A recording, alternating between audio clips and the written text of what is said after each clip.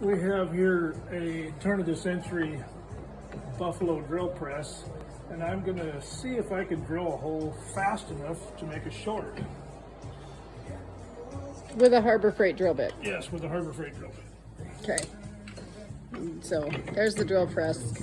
There's the Joe drilling. There we go.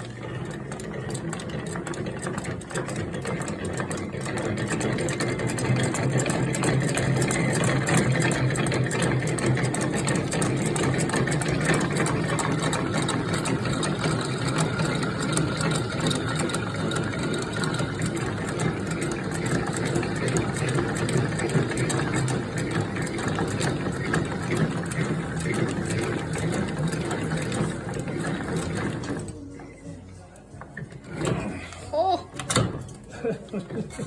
WTF?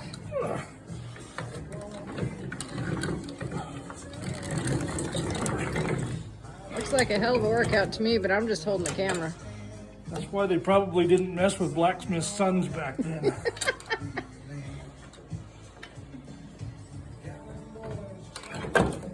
There's a half-inch hole. Look at that! And one Joe's got a workout. One-armed workout.